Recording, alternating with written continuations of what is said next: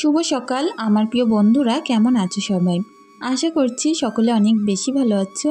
আমরাও না বেশ ভালো আছি। আজকে ব্লগটা শুরু করছি তোমাদের সঙ্গে একদম বাইরে থেকে। এই যে বর্ষাকাল মতো পড়ে গেছে না, তো এই সময়টাই কাজ করতে হচ্ছে বেশিরভাগ টাইম, প্রথমে বাইরে তারপরেই ঘরে। তো এখন তো বৃষ্টি হচ্ছে না, আর মনে হচ্ছে এক্ষুনি আবার বৃষ্টি হবে, ওই কারণে ভাবলাম জামা কাপড়গুলো কিছুক্ষণের জন্য অন্তত বাইরে দিই। যদি রোদ্দুর উঠবে তো উঠবে, আর না উঠবে তো আবার তুলে নেব। কিছুক্ষণ তো একটু বাইরের হাওয়া বাতাস লাগুক, তো সেই কারণে তারপরে চলে এসেছি বাসন মাজতে। একের পর এক বাইরের কাজগুলো কিন্তু আমি আগেই করে নিচ্ছি।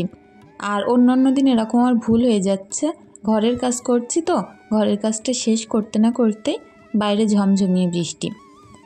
ওই কারণে ভেবেই নিয়েছি বাইরের কাজটা শেষ করব, তারপরে ঘরের কাজ করব। তো এখন দেখো প্রত্যেকটা বাসন সুন্দর করে মেজে নিচ্ছি।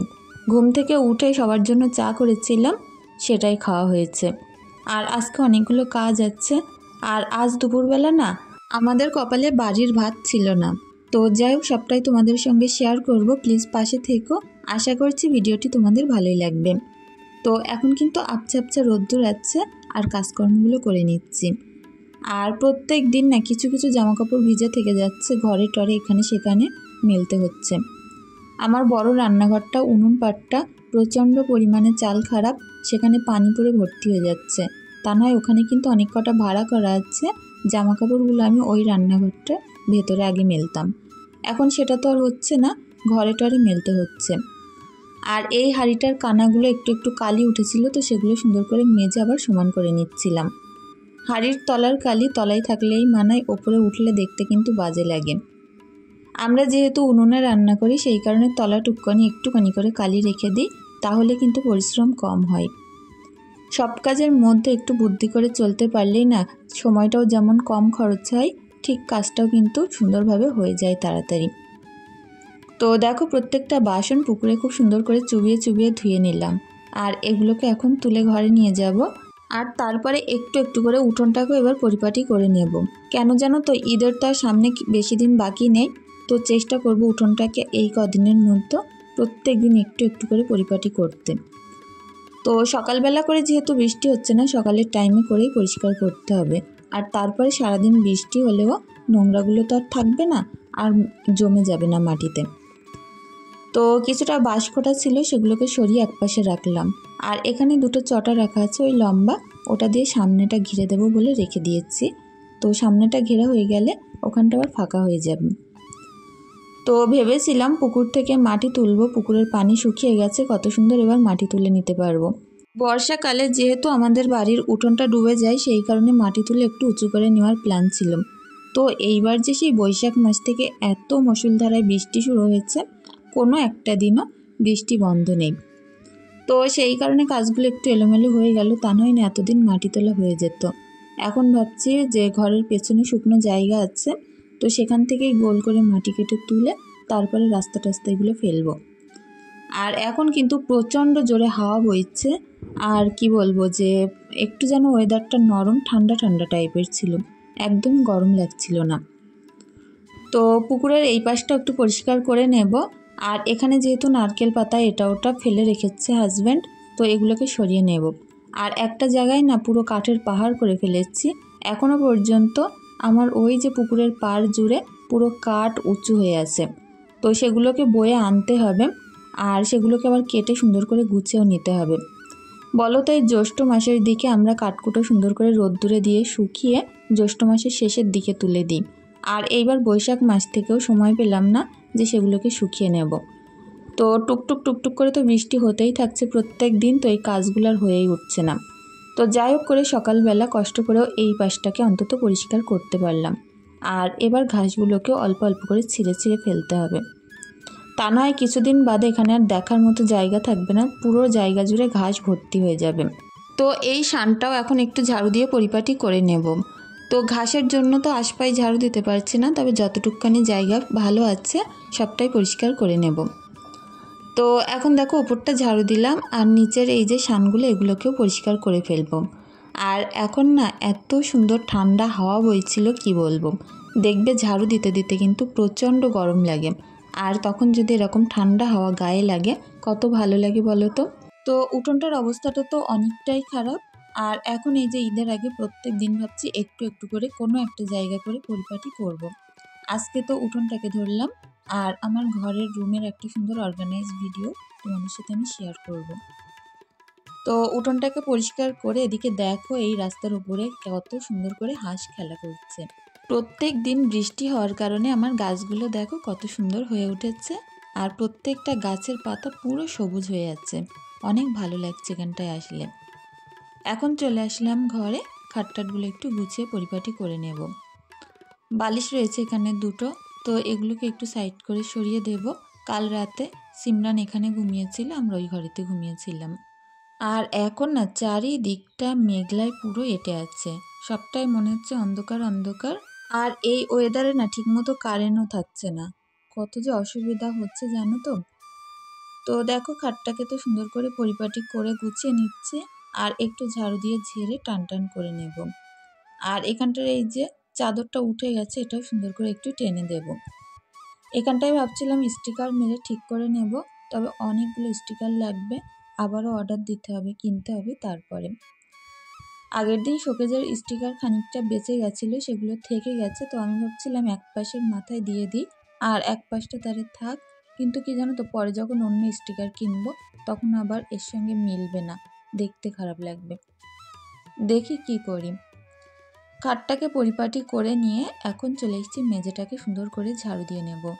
প্রত্যেক দিন চেষ্টা করি কাজকর্মের মধ্যে পরিষ্কার পরিচ্ছন্নতা বজায় রাখতে, আর অনেকটা তাড়াহুড়ো করে এই কাজগুলো করে থাকি, তারপরেও না অনেক সুন্দর পরিপাটি হয়ে থাকে। আমরা মন থেকে কোনো কাজ যদি করতে চাই তাহলে কিন্তু সেটা এমনিতেই সুন্দর হতে বাধ্য। আর যেটা দেখবে আমাদের করতে ভালো লাগে না, সে কাজটা সারাদিন ধরে করলেও সেই যেমন তেমনই হয়ে যায়। তো সংসারটাকে প্রচণ্ড ভালোবাসি, যার কারণে এতটা পরিশ্রম করে থাকি এর পেছনে। আর ঘরটা না একটু চিটপিট করছিল, মনে হচ্ছিল যেন রসা রসা মতো হয়েছে মেঝে, তো সেই কারণে একদম শুকনো শুকনো করে ঘরটাকে মুছে এখন পাখা ছেড়ে দিয়েছি। যতক্ষণে ঘরটা শুকাবে ততক্ষণে আমি আবার ওই ঘরটা পরিপাটি করে আসি। আর বাচ্চাদেরকে বলেছি এখন এই ঘরে না ঢুকতে, বারান্দায় খেলা করতে, এটা শুকিয়ে গেলে তারপরে ঢুকতে।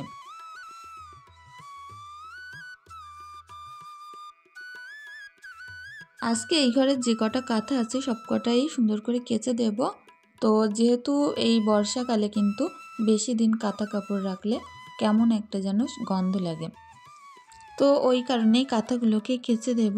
আর পুকুর থাকলে কিন্তু কাঁচা ধোয়ার অসুবিধা কখনোই হয় না, কারণ কাঁথা কাপড় যা ভারী জিনিস না, ওখান থেকে ধুতে মোটেও কষ্ট হয় না।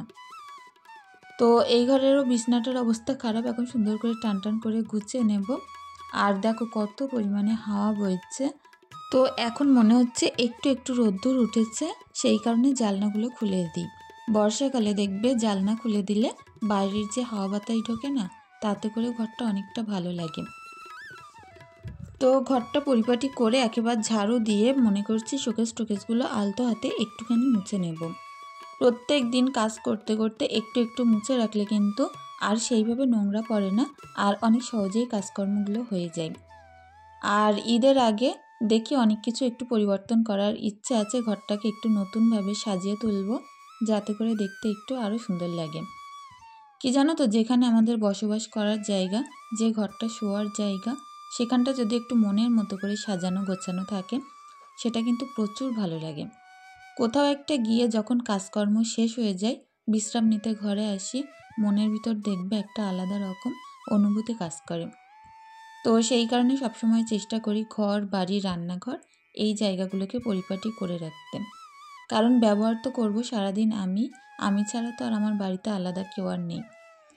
তো হাজব্যান্ড যেহেতু সারাদিনই প্রায় বাড়িতে থাকে না, আর মেয়েরা থাকে ওদের মতো, ওরা খেলাধুলো করে, তো এই জিনিসগুলো যেমন আমার বেশি প্রয়োজন পড়ে, ঠিক আমি সেরকমভাবে সুন্দর করে গুছিয়ে রাখি। তো খাটটাকে একটু ফাঁকা ফাঁকা লাগছিল, সেই কারণে একটা পুতুল বসিয়ে দিলাম, দেখতে কিন্তু বেশ ভালো লাগছে। আর এখন চলে এসেছি বাইরে, এই জামা কাপড়গুলো একটু ভিজে ভিজে আছে, তো দেখি এগুলোকে বাইরে দেব, আবার কিছুটা শুকনোও আছে, তো সবটা আলাদা করে রেখে আসলাম। আর জায়গাগুলোকে একটু ঝাড়ু দিয়ে পরিপাটি করে নেব। এখানটায় না অনেকগুলো ফুলের টব ছিল, তো যেহেতু শীতকালের ফুল এখন তো সবটাই শুকিয়ে গেছে, তো টবগুলো সব ফাঁকা হয়ে আছে।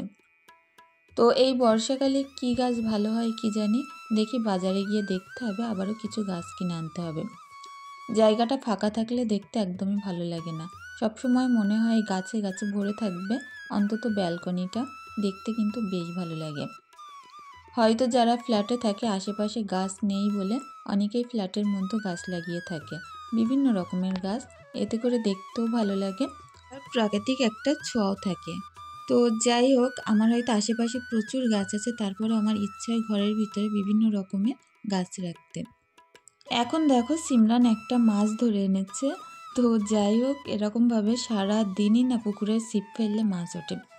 আমি ওকে নিষেধ করছিলাম যে এখন মাছ ধরিস না, কারণ ওই মাছ আমি রান্না করব না, আবার বাচ্চা কোটারও একটা আলাদা সময় আছে, এখন আমার অন্য প্রচুর কাজ আছে। তো এর মধ্যে দোকানে গেছিলাম আর অনেক কিছু আনার বাকি ছিল, সেগুলোকে আনলাম আর বসলাম পান্তা ভাত নিয়ে। তো আজকে মেয়ে দুটোকেও পান্তা ভাত খাইয়েছি, যেহেতু বর্ষা হলেও গরম গরম আছে প্রচণ্ড। আর রাতের রান্না করা ভাত, আলু ছানা, পান্তা ভাত আর ডিম দিয়েছিলাম। আমি বলছিলাম শুকনো শুকনো করেই খাওয়াই, কিন্তু 2-1 গাল খাওয়াতে দেখছিলাম ঈশা গলা টানছে, শুকনো আলু ছানা দিয়ে ডিম দিয়ে খেতে পারছে না। ও একটু সবজি ভক্ত, তো একটু ঝোল না হলেও খেতে পারে না, ওই কারণে ভাতগুলো একটু পানি দিয়ে মেখে আলু ছানা ডিম দিয়েই খাইয়েছিলাম। তারপরে লেগে পড়েছি কাজে। এদিকে দেখো প্রায় 5-6 কেজি মতো আম নিয়ে বসেছি, আর এই আমগুলো সবটাই প্রায় নষ্ট হয়ে যাচ্ছে। ওই কারণে ভাবছি এরকম কচলে, এখন তো বৃষ্টি হচ্ছে, রোদ্দুর তো নেই, তো যখন রোদ উঠবে তখন এগুলোকে আমি রোদ্রে দিয়ে নেব। তো এরকম একটা কন্টেনারের মধ্যে ভরে নিয়েছি, আর এগুলো আমি মিক্সিতে দিয়ে একবার পেস্ট বানিয়ে নিয়েছি, যার কারণে একদম পুরো সুন্দর নিখুঁত হয়ে যাচ্ছে। তো এগুলোকে এখন সুন্দর করে ফ্রিজে ভরে দিই, আর কিছুদিন বাদে দেখবো যখন ভালো রোদ্দুর উঠছে তখন এগুলোকে আমি রোদ্দুরে দিয়ে নেব। আর এদিকে কিছু পদ্মের বীজ আমি ভিজিয়ে দিয়েছিলাম, কত সুন্দর দেখো এর থেকে চারা বার হচ্ছে, একটা চারাও না মিস হয়নি। আমি ভাবছিলাম হয়তো বার হবে না, অনলাইন থেকে বীজগুলো নিয়েছিলাম কি হয়, তো খুব সুন্দর হয়েছে। আর এখন আবার পুরো জমকিয়ে মেঘ করেছে। তো চলো রান্নাটা সেরে ফেলি। তো ভাবছিলাম আজকে একটুখানি ডিম, আলু, ডাল এই সকল জিনিস সিদ্ধ করব, আর আজকে সিদ্ধ ভাতই খাওয়া হবে।